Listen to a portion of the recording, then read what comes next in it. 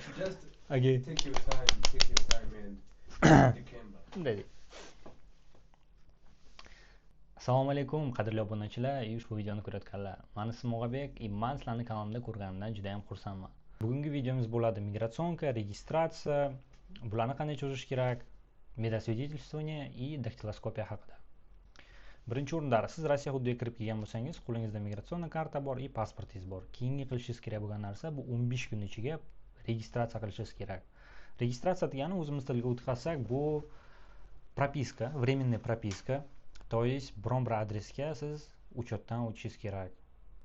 Agar universitet yotoqxona bilan ta'minlagan bo'lsa, yotoqxonada yashayotgan bo'lsangiz, shu yotoqxonaga joylashganingizdan ertasi kun borib pasport bilan migratsionkani olib pasportiskaga uchrashasiz.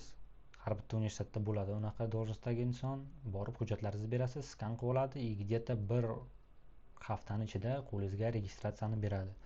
Registratsiyani hozir ko'rsataman. Registratsiya uchun qog'oz bo'ladi. Tarafda familiya ismingiz, pasport danlilar, yotoqxonani adresi va qaysi sanagacha sizga berilgan registratsiya. Bu yerda universitet pechati bo'ladi, to что siz, tasdiqlovchi haqiqatan ham shu universitetda yotoqxonasida yashayotganligingizni. Agar siz kvartira samayt qilayotgan bo'lsangiz, bu narsani olish ikki xil yo'li bor. Ikkalasida ham sizga kvartirani egasi kerak bo'ladi. Birinchi yo'li bu kvartirani egasi va shu haqiqatan ham kvartira shu insonning nomidaligini tasdiqlovchi hujjatlar bilan, siz pasport migratsionkangiz bilan shu kvartira joylashgan rayonni MFCsiga borasizlar. O'sha yerda MVDning akoshkalari bor. O'sha yerga uchrashsanglar yordam berishadi, где-то bir haftadan ichiga tayyor bo'ladi. Liba же kvartira kimning nomida bo'lsa, o'sha kishini gosslugisidan zaявка tashlash kerak bo'ladi. Onlayn olinadi. Sal ko'proq vaqt olinadi, lekin tayyor bo'lishi bu narsani. Xo'p, to'lovlarga keladigan bo'lsak, Госпоштani agar birinchi marta registratsiya qilayotgan bo'lsangiz, bu 500 rubl bo'ladi va sizga 3 oy muddatga berishadi registratsiyani. Mana shu hujjatlarni qilgandan keyin avvallari 3 oy bemalol yursangiz bo'lardi, qog'ozlar bilan, mana shu universitet hujjatlari bilan band bo'lmasdan. Hozir 162, 163 va 164-federal zakonlarga popravka kiritilgan. Bu popravkaga ko'ra siz 1 oy muddati ichida meditsinani ham topshirishingiz kerak, to есть медосвидетельствование.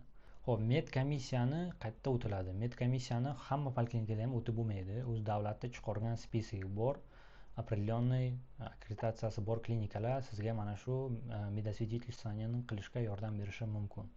Moskvada 3 ta bor, spesiklarni bu yerda chiqaraman, Moskva sentrida joylashgan, borib qilsanglar bo'ladi, yozilib, ham oldinroqdan. Вот, liba же Saxarovaga borib qilsa ham bo'ladi birdaniga.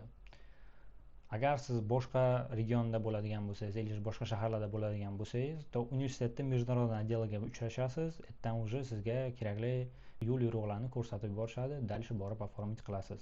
To'lovlarga keladigan bo'lsak, 5600 dan где-то 7000 rubl atrofida bo'ladi. 3 ta spravka berishadi, mana shu yerda o'z ko'rsataman. 3 ta spravka berishadi. Birinchisi to что sizda sog'lig'ingiz yaxshi, hech qanaqa kasalligingiz yo'q. Shu haqda, ikkinchisi bo'ladi u nas vid spid yo'qligi haqida, uchinchisi bu narkologda заключенияsi siz haqingizda. Вот, mana shu hujjatlar. И daktiloskopiya. Daktiloskopiya degani bu siz barmoq izlaringizni shu MVDning bazasiga qo'yilishi va bazaga qo'yib bizga bunaqa narsa berishadi. Зеленая karta deydi bu narsani. Xo'p, buni olishni ham yo'llari bor. Masalan, Sahroga borsangiz, birdaniga shu daktiloskopiyani ham topshirsangiz bo'ladi. Agar poliklinikaga borsangiz, poliklinikada ham обычно bo'ladi yonlarida mana shu MVDning unaqalari, birdaniga daktiloskopiyani ham topshirsangiz bo'ladi. Agar erta bo'lmasa, to sizni rayoningizga qaraydigan MVDga borasiz va hamma hujjatlarni olib, meditsinani, tam universitetdan spravkalarni olib borasizlar va o'sha yerda o'zi topshirsanglar bo'ladi. Narxi где-то 1000-1500 rubl atrofida bo'ladi. Xo'p, medzaключение sizlarga beriladi bir marta kirganlaringdan keyin, buni qaytadan topshirish kerak bo'ladi ровно 1 yildan keyin. Вот. Bu daktiloskopiya 10 yillik bo'ladi. 10 yildan keyin boshqatdan topshirish kerak. 10 yilgacha bu o'zining kuchida turaveradi. Tak, migratsionka bilan registratsiyani qachon, qanday cho'zish kerak va nimaga cho'zish kerak? Bizga hozir student bo'lib kirayotgan bolalarda основной muammo bo'layotgan narsa mana shu migratsionkada ko'rsatilgan bo'ladi. Sizga qaysi muddatgacha berilgan migratsion karta. Buni cho'zmasangiz, sizni reyestrga yotib qo'yishadi. To есть Rossiyada yurishingiz uchun mana shu migratsionka orqasiga pechat qo'yilgan bo'lishi kerak. Endi bu yangi migratsionka bunda yo'q. Bu pechatni qanday qo'yish kerak bo'ladi? Ko'p universitetlar Shu международный dekanatlar o'zi yordam beradi. То есть mana meditsinani qilasiz, daktiloskopiyani qilasiz, registratsiya hamma hujjatlaringizni olib yig'ib olib borganingizdan keyin ular o'zlari ham borib kelishi mumkin. Siz bilan bitta satr jo'natishadi, borib MVDdan cho'zish kerak bo'ladi bu narsani. Liba o'zingiz qilishingiz kerak. Mana shu hujjatlarni yig'asiz, rayoningizda MVDsiga borasiz, то есть MFCda joylashgan именно MVDni bo'limiga migratsiya bo'yicha spravkalarni olasiz universitetdan haqiqatdan o'qiyotganligingiz haqida, medzaключенияni, migratsionniy karta, registratsiya, pasportni olib borasiz и pasport переводdan esdan chiqmasin. Olib borganingizdan keyin ular уже orqasiga pechat qo'yib cho'zib berishadi. Mana shu narsani ko'p bolalar qilish izidan chiqib ketyapti. Из-за этого reyestrga tushib qolishyapti. Reyestrga tushmaslik uchun bu narsani 3 oyda ichida, то есть kirganingizdan boshlab 3 oyda ichida mana shuni cho'zdirib olish kerak. То есть mana bu migratsiondagi srok tugaguncha buni orqasiga pechat qo'ydirib olishingiz kerak. Aks holda sizni reyestrga qo'yishadi и shu bilan mana shu yil hisobiga chiqib ketishingiz kerak bo'ladi Rossiyadan. Kelasi yil dokka qaytib kelasiz. Reyestr haqida более подробно yana ham aytib beraman keyinchalik. Xo'p, videomizning oxirgi qismi bu forma обучениялар и qaysilarda ishlash mumkin. Boshdan aytaman, to что agar zavodda o'qiyotgan bo'lsangiz, migratsionkangiz o'choqda bo'lsa, to sizni ishlashga haqqingiz yo'q.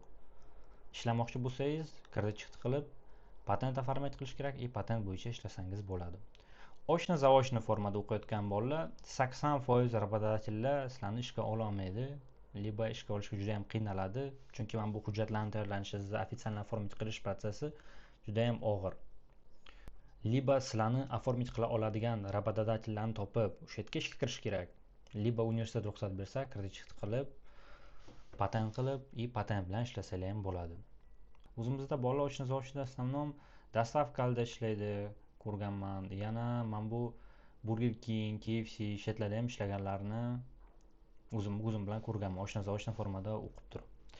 Ochna o'qiydigan bolalar o'qishdan tashqari vaqtda, kanikullada bemalol ishlasanglar bo'ladi. Qonun tarafdan sizlarni официальный turda устроить qila oladi работодательlar. Ularga qiyinchilik tug'dirmaydi bu narsa.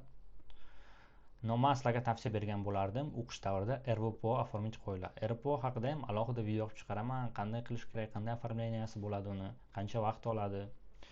Xo'p, shu bilan bugungi video o'z nihoyasiga yetdi. Yaxshi kunlarda ko'rishguncha salomat bo'lasizlar. Yana bir bor qaytarib aytaman, hayot qarorlardan iborat, to'g'ri qaror qilinglar. Assalomu alaykum.